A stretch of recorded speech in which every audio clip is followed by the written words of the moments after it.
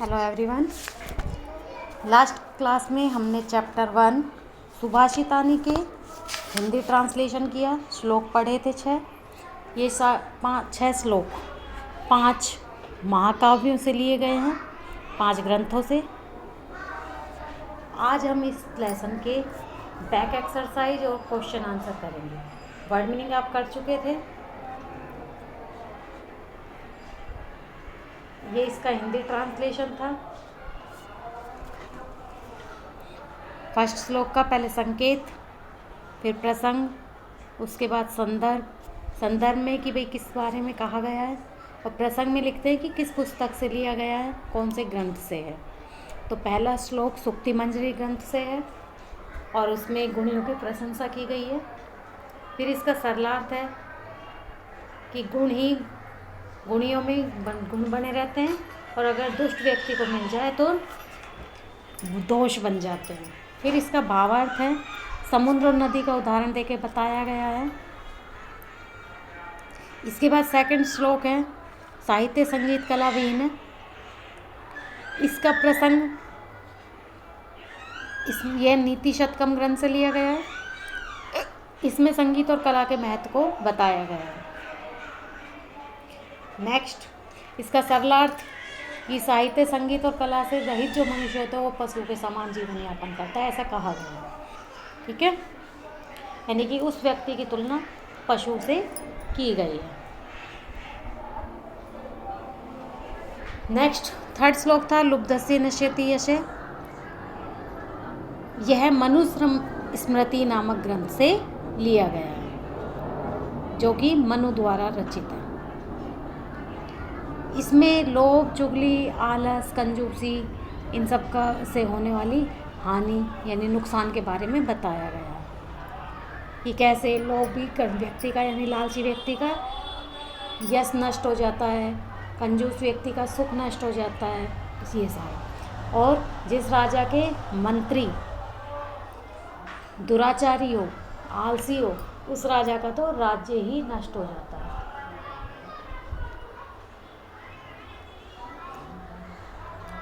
कहने का मतलब ये है, अगर मनुष्य के अंदर ये सब गुण हैं, लोभ, चुगली, आलसी, बुरी आदतें हैं, तो उस आदमी का पतन हो जाता है। ठीक है।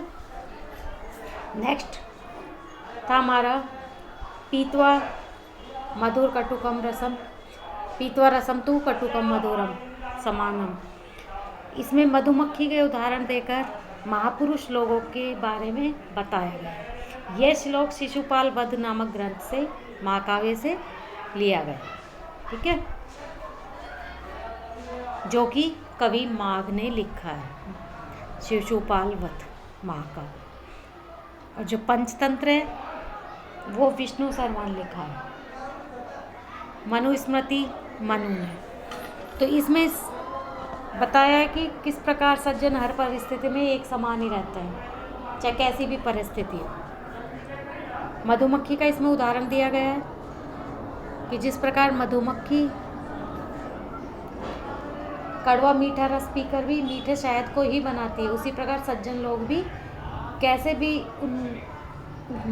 उसमें रहे माहौल में, कैसा भी कोई व्यवहार करे उनके साथ, लेकिन उनके व्यवहार में, स्वभाव में कोई परिवर्तन नहीं आता।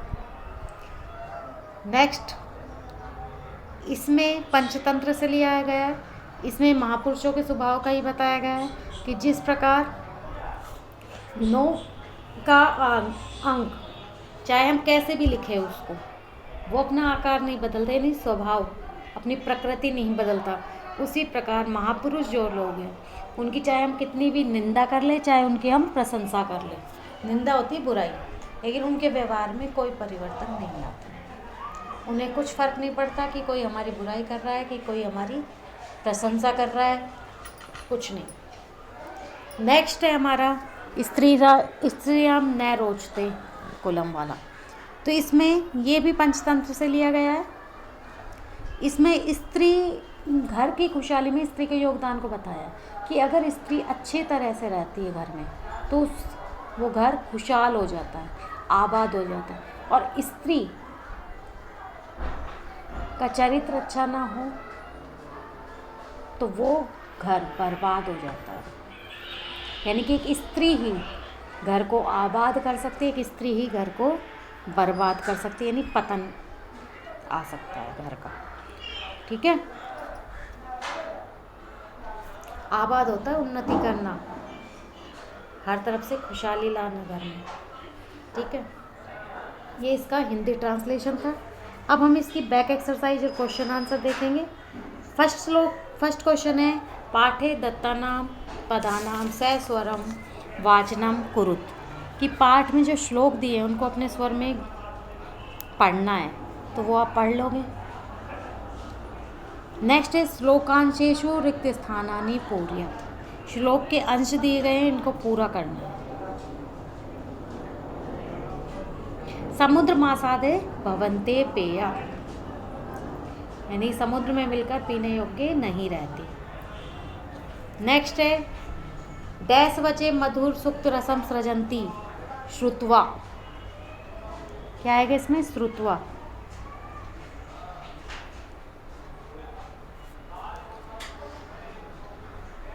तद भाग्य देयम परमम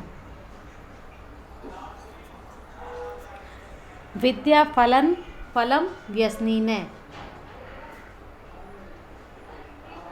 कृपण से शोकनम, यानी बुरी लत वालों का विद्या का फल और कंजूस का सुख नष्ट हो जाता है।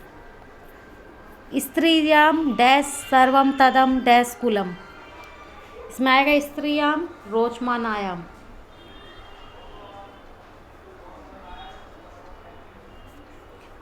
सर्वम तद रोचते कुलम, ये आपको अपने श्लोकों से फिल करना है, श्लोक की सहायता से।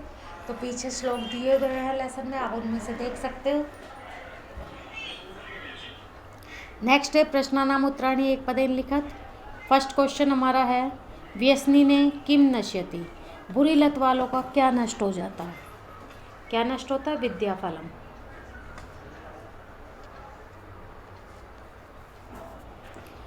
कस्याम रोचमानायाम सर्वम कुलम रोचते, किसके अच्छा लगने पर पूरा सारा परिवार खुश रहता है या सारा परिवार अच्छा लगता है? स्त्री के, है ना? तो क्या आएगा? स्त्रियाम।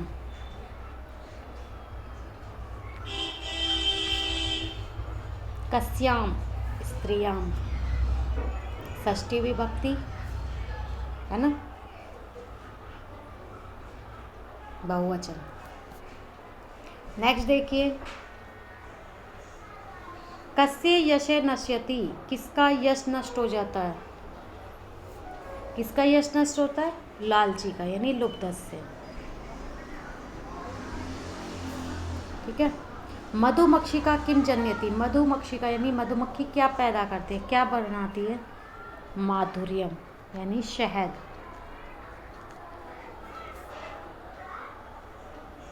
मधुर सुक्त रसम कै सृजंती, मधुर सुक्तियों को कौन निर्माण करता है? के बहुत सारे लोग हैं, यानी संत लोग, महापुरुष। अगर इसमें कै होता तो आता संत है। ठीक है, ये ध्यान रखना। ये हमारे एक पदेन था। नेक्स्ट है तद्भव शब्दानाम कृते पाठार्थ चित्वा संस्कृत पदानि लिखा, यानी तद्भव शब्द दे रखे, इसके तत्सम शब्द लिखने हैं। तत्सम यानी संस्कृत शब्द ही होते हैं तत्सम। कंजूस को कहते हैं कृपण, है ना। कड़वा को कटुकम, पूंछ को पुच्छ,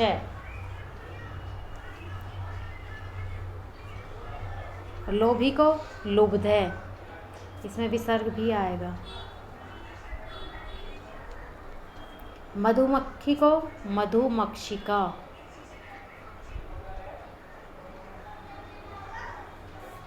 तिनका तृणम।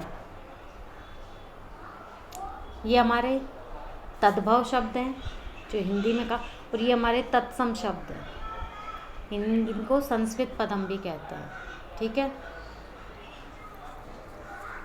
नेक्स्ट है अधोलिखितेषु वाक्येषु कर्तृपदम क्रियापदम च चित्वा लिखत।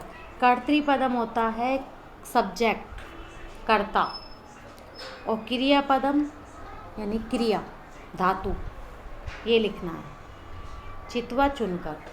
फर्स्ट क्वेश्चन है संते मधुर सूक्त रसम सृजंती। संत मधुर सूक्तियों का सृजन करते हैं यानी निर्माण करते हैं। तो इसमें हमारा कर्ता कौन है? सज्जन लोग यानी संत। और क्रिया कौन सी है? निर्माण करना, सृजंती। ऐसी निर्गुणम प्राप्य भवंती दोषा। निर्गुण व्यक्ति को प्राप्त होकर दोष हो जाते हैं। दोष क्या है?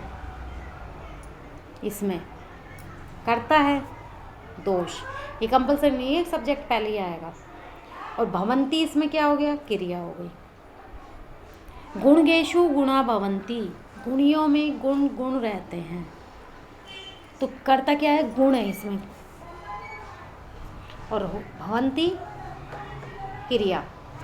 मधुमक्षिका माधुर्यम जनियेत। मधुमक्षिका करता है, मधुमक्खी। जनियेत निर्माण करती है या पैदा करती है, ये इसमें क्रिया है। पिशुनस्य मैत्री यसे नाश्यति। चुगलखोर की मित्रता नष्ट हो जाती है। तो करता क्या है? मित्रता।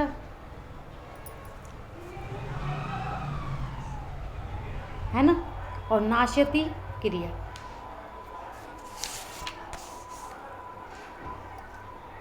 इसके बाद है नद है समुद्र मासाधे अपया भवंती। नदियाँ समुद्र में मिलकर पीने योग्य नहीं होती।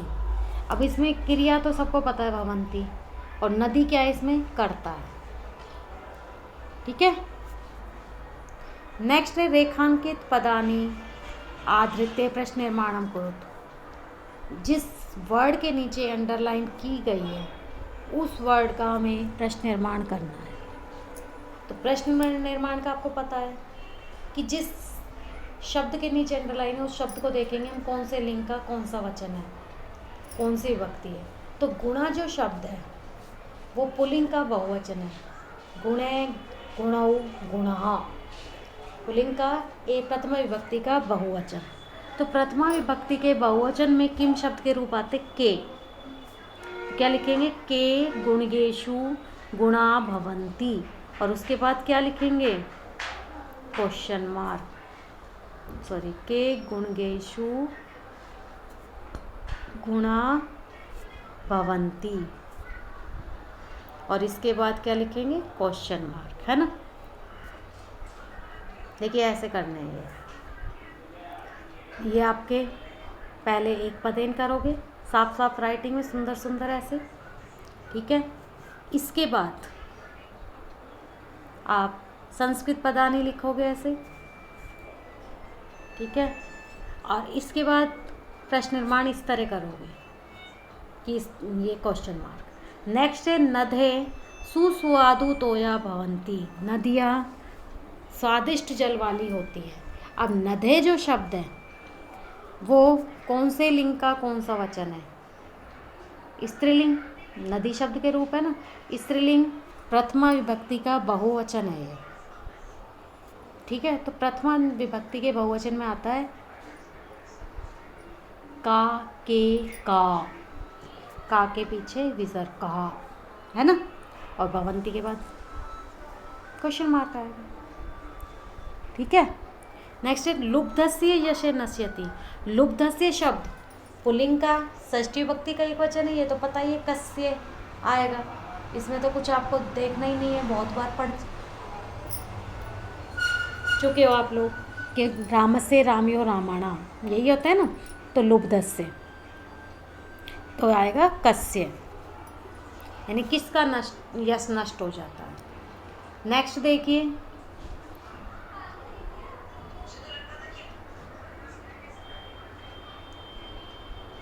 मधुमक्षिका माधुर्य मेव जनयति। मधुमक्षिका कौन से स्त्रीलिंग शब्द है? प्रथमा विभक्ति का एक वचन है। लता, लते, लताहा। तो लता किस में होता है? प्रथमा विभक्ति का एक वचन। तो इस किम शब्द के रूप होते का, के, का। फिर प्रकृति जो शब्द है वो भी इकारांत स्त्रीलिंग प्रथमा विभक्ति का एक वचन है। मति के अकॉर्डिंग इसके रूप चलते हैं। तो इसमें भी क्या आएगा हमारा? का। ठीक है। ये आपके क्वेश्चन आंसर थे बुक के। इसके बाद कुछ एक्स्ट्रा क्वेश्चन है, देखिए समानार्थक शब्द दिए हुए हैं। जैसे यश है, यश का समानार्थक क्या होता है? कीर्ति, प्रसिद्धि। वचने, कथने। कुलम, वंशम। तोय, जलम, नीरम, अम्बु, वारी। ठीक है, कुछ क्वेश्चन आंसर है, देखिए बुक में तो ये 1 वर्ड ही थे। प्रश्न नाम उत्तराणी लिखत, यानी पुच्छ विषाणहीन साक्षात पशु के भवती। पूंछ और सींग के बिना मनुष्य। साक्षात पशु कौन होता है? कौन मनुष्य, कौन ऐसा है जो बिना पूंछ और बिना सींग वाला पशु के समान होता है? साहित्य संगीत कला से विहीन व्यक्ति होता है ना। लिखेंगे साहित्य संगीत कला विहीने जने पुच्छ विषाणहीने साक्षात पशु भवती। मधुर सुक्त रसम के सृजंती, कौन मधुर सुक्तियों का निर्माण करता है? संत लोग, तो संता। स्त्रियाम रोचमानायाम किम रोचते, स्त्रियों को अच्छा लगने पर क्या अच्छा लगता है? सर्वम कुलम, पूरा परिवार अच्छा रहता है ना। गुणा इति शब्द से विलोम पदम, गुणा का विलोम शब्द क्या होगा? दोषा। अब परेरपि शब्द का संधि विच्छेद, ये आपको जब लेसन रीड कराया था, एक एक वर्ड बताया तो आपको बताया था परई धन अपि, इसमें विसर्ग संधि है ना, विसर्ग की रुत्व संधि है। अब कृपणस्य शब्द जो है, इसमें कौन सी विभक्ति का प्रयोग हुआ है? षष्ठी विभक्ति है। रामस्य रामयो रामणा, तो कृपण से कृपणयो कृपणाना। जहाती जो शब्द है, इसमें कौन सा लकार है?